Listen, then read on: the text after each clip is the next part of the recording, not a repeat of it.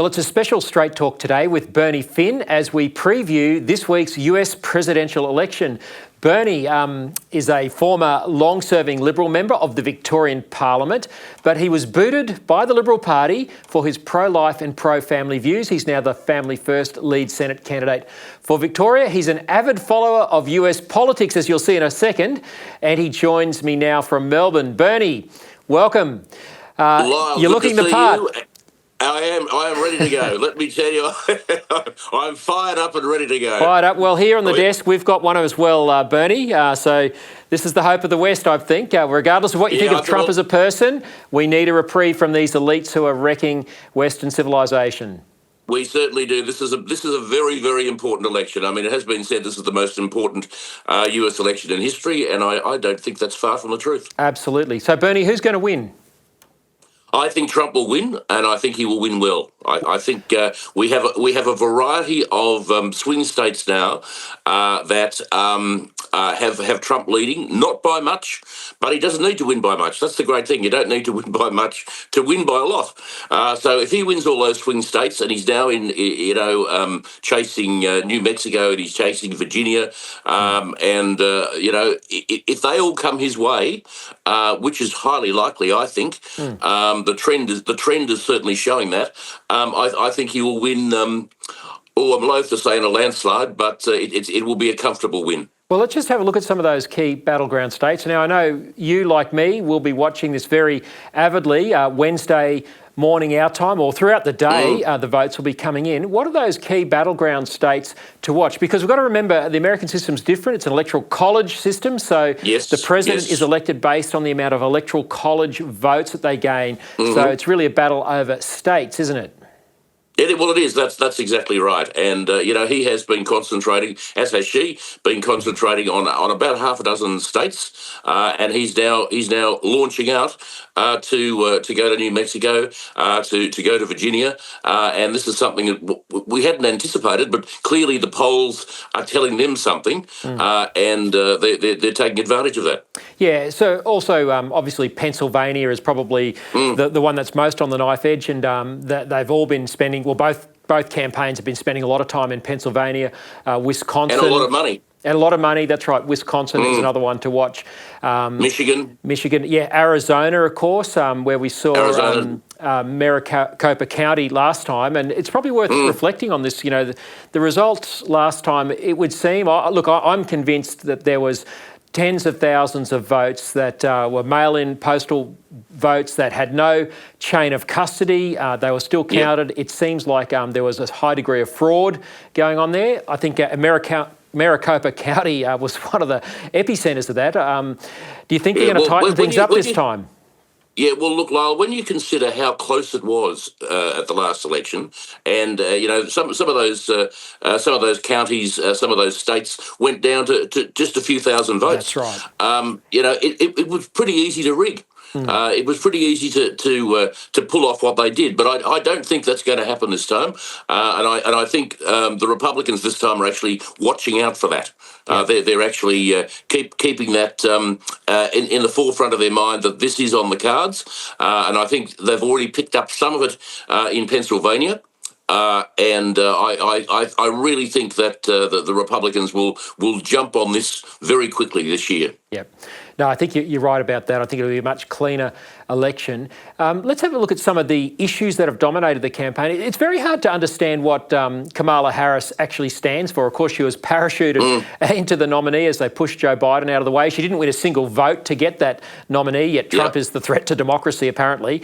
But it seems as I think I've said to you before, I got as many votes as she did in the primaries. Yeah, that's right. It's just extraordinary. It is extraordinary.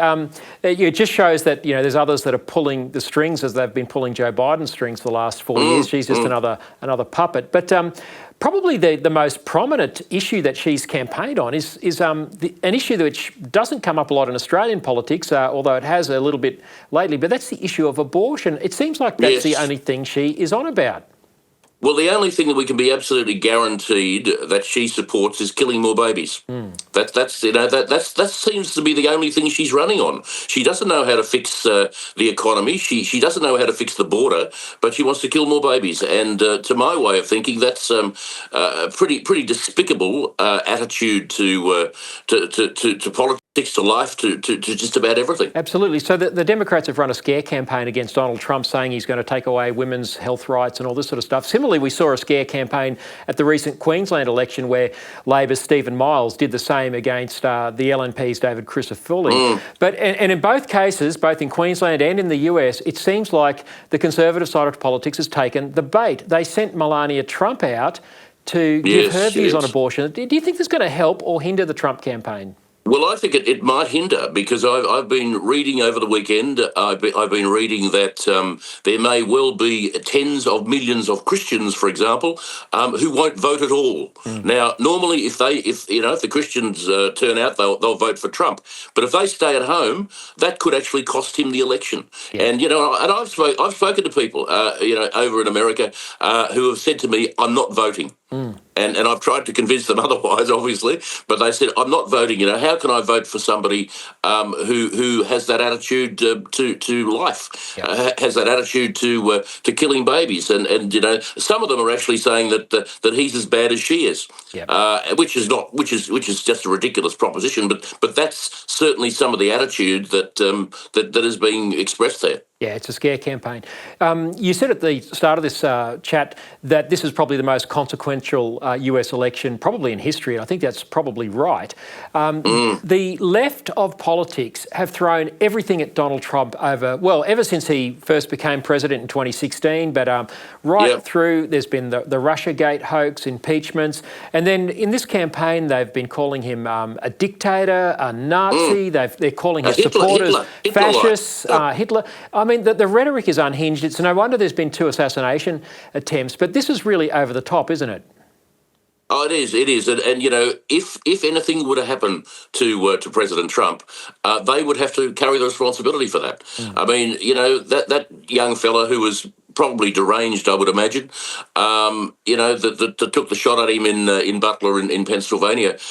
He would have been, I am sure, he would have been pushed along by this insane rhetoric that has come from the Democrats. I've never seen an election campaign like it, where people have been called the sorts of outrageous, of appalling names that Donald Trump has. It's way over the top, and the Democrats have to hang their heads in shame, in my view, because they are responsible for the attempted assassinations of one of their political opponents. That's right, and they keep running this line that somehow Trump is a threat to democracy, but they're the ones who've weaponised the judiciary, the Justice Department. They put one of Trump's best supporters, Steve Bannon, who runs the incredibly popular War Room podcast, they put him in jail for 4 months, only just released last week.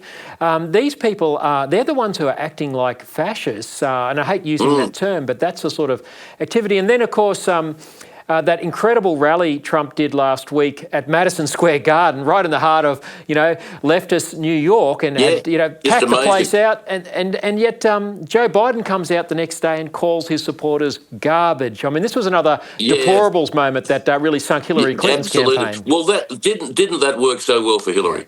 You got to think, you really got to think that Joe meant to do that. I mean, he's not that out of it, surely. I think that he wants Harris to lose. I really do think he has no love for Harris. And I tell you what, his wife has been missing in action Dr. Jill, right throughout this campaign. Jill, and it's well known that Jill detests Kamala. And I think that between the two of them, they might be working themselves into a frenzy with a view to sabotaging her campaign. But there's no unity on the Democratic side. I mean, the Democrats are split into 2 camps as to what they should do and who they should support and all this sort of thing. So they are in a world of pain at the moment. And I suspect by Wednesday night our time, they're going to be in a bigger world of pain. They're much bigger world of pain because I think, as I say, we're going to have a new president, and well, we're going to have a new president anyway. But we'll have President Trump back in the Oval Office come January 20. Well, let's hope so for the good of Western civilization, because yes, so much is at stake. He's going to overturn the transgender nonsense in schools, critical race theory, so the stuff that's the enemy from within, and then he's going to stand up to China. He's going to rebuild the US defence. This is all stuff which needs to be done because we're in a state of managed decline, aren't we, with the way the left are running our politics and our governments, not just in America but here in Australia as well. Yeah, there's no question about that, Lyle. This is a really important one. I mean, China is sitting there eyeing off Taiwan, and if Harris is elected for some, how I don't know, but if Harris is elected, they will take Taiwan. What do you think it'll mean for Australian politics, Bernie? Do you think it'll stiffen the spine of Conservatives here in Australia? I mean, the sort of things Trump says, no Conservative leader has the guts to say them. No one has had the guts to say we'll save women's sports like Trump does. They won't fight the culture wars. Do you think this will perhaps cause them to reconsider and give them some courage? Well, I hope it does. I hope it does. I was speaking with some people last night who expressed that view that a win by Trump, and a good win by Trump, will encourage Conservatives right across the world, and I think Australia is certainly in that category. I think Peter Dutton is sort of travelling in that direction anyway, but it might push him along a bit, which would be a good thing. But from my perspective, from what we're doing in Family First.